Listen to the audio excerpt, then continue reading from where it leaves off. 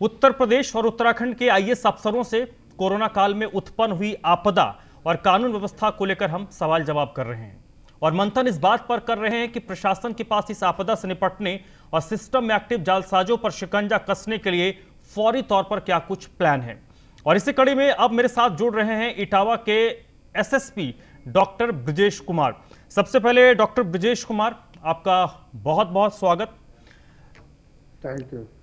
पहला सवाल मेरा सर आपसे यही है कि क्या चैलेंजेस इस वक्त आप फेस कर रहे हैं बतौर एसएसपी इटावा इस पेंडेमिक के दौर में?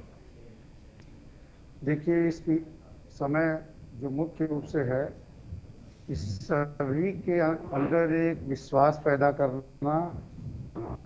और बड़े पेशेंस के साथ इस कोरोना बीमारी से लड़ना है, अपना बचाव करना है, साथ ही सभी को सुरक्षित रखने के लिए उनके बीच जाकर के बैठे सिस्टम के माध्यम से कि सभी लोग मास्क लगाएं और आपस में 2 गज की दूरी बना के रखें। उनमें यह विश्वास पैदा करना कि इस कोरोना महामारी से हम लोग पूरे दृढ़ प्रतिज्ञ होकर लड़ रहे हैं। निश्चित तौर पे हम लोग सफलता पाएंगे। उसी क्रम में लगातार हम लोग पूरी टीम, पुलिस की टीम, प्रशासन की टीम लग करके धीरे धीरे ये कोरोना का जो प्रकोप बहुत तेजी के साथ अप्रैल माह में बढ़ा था, अब वो धीरे धीरे कम होके एक ऐसे रूप में आया है जिससे हमें लगता है कि जो हम लोगों ने लगातार प्रचार प्रसार किया उसका असर दिख रहा है। और सर क्या लोगों में आप देख पा रहे हैं इस कोविड के दौर में जब इतनी कैजुअलिटी हुई है, इतने संक्रमण के मामले आ रहे हैं, ये सेकंड वेव तो कई सारी चीजें हमें सिखा कर गया है, आम लोगों में किस तरीके के रिएक्शंस आप देख रहे हैं इस कोविड के प्रोटोकॉल को लेकर? विशेष तौर पर अगर इसमें मैं 2 हिस्से में बांट देता हूं, एक है अर्बन और एक है रूरल। देखिए, इसमें मैं बताना चाहूंगा कि ये सेकेंड फेज जो है, हम लोगों को लगातार जागरूक करना पड़ रहा था कि आप लोग अपनी को सुरक्षित रखें। अब जो डेथ रेट बढ़ी है इधर, लोगों में प्रचार प्रसार का अपने आप ये खुद अनुभव हुआ जब उनके अपने उनसे संबंधित लोगों की डेथ हुई है। निश्चित तौर पे एक अंदर से ये उनके इस बात का भय भी हुआ कि अगर हम अपने को सुरक्षित रखेंगे तभी हमारा परिवार भी सुरक्षित रहेगा, क्योंकि ऐसे बहुत से मामले आए जिसमें सिर्फ एक आदमी के पॉजिटिव होने के बाद पूरा परिवार पॉजिटिव हुआ है। तो इस चीज को शहरों में देखा जा रहा था, लेकिन गांवों में भी इस तरीके के हुए कि एक एक करके अगर एक भी पॉजिटिव गया है तो संख्या बढ़ती गई है। और गांव में जहाँ की सभी लोग निश्चिंत हो गए थे कि अब कोरोना का प्रभाव नहीं है, लेकिन जिस तरीके से शहर से देहात की तरफ ये गया, उसमें डेथ रेट जब बढ़ा है तो गांव वाले भी लगातार मास्क लगाना, दूरी बनाना ये प्रारंभ किए और लगातार एनजीओ के माध्यम से पुलिस की पूरी टीम लगा करके सभी लोग जब एक दूसरे को जागरूक किए कि सिर्फ एक चीज पे विश्वास कीजिए, लगा के रहिए, चाहे आप कोविड पॉजिटिव होके ठीक हो चुके हैं फिर भी संभावनाएं बनी रहेंगी।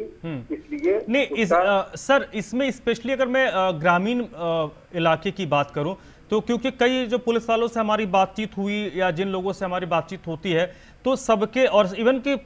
शासन के एंड से भी शासन को सबसे ज्यादा जो चिंता है वो ग्रामीण इलाकों को लेकर ही है। और ये भी संभव नहीं है कि हर जगह पर हर गांव में आप 10-20 पुलिस वालों को डिप्लॉय कर पाएं, इतनी संख्या नहीं है, ये भी एक फैक्ट है। तो ऐसे में लोगों को जागरूक करना, जिसमें पुलिस का भी काम है, प्रशासन का भी काम है, स्वास्थ्य विभाग का भी काम है, ये कैसे आगे चल रहा है सर, कैसे चलाया जा रहा है इसको?